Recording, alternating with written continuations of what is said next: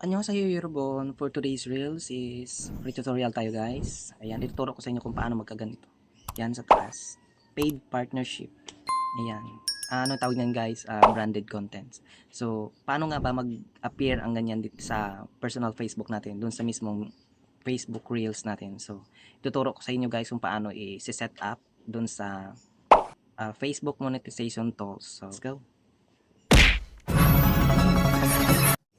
First is buksan natin yung browser, Google Chrome. So, yan nga. Click natin yan. Din sa search tab is type natin yung Facebook Monetization Tools. Ayan, mag-appear din yan siya. Then, wait lang natin siya guys. Then, select. Mapunta tayo dito sa yung unang Facebook ito. Click natin yan. Then, ito na siya. Then, click natin yung check it out. Then, mapupunta tayo dun sa mga account. Select natin yung gamit natin personal account. Then, scroll down nyo lang guys. Ayan, yung nakalagay na branded content. Ayan, scroll natin pa right side. Then, ayan, set up.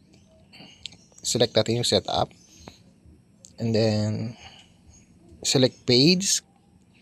Select natin yung account natin na gamit, personal account. Then, select, then send. Yan lang guys. So yun guys, dito na mag-appear yung ating branded content dito sa taas. Ayan. Na may arrow po, yan dyan po magdi-display.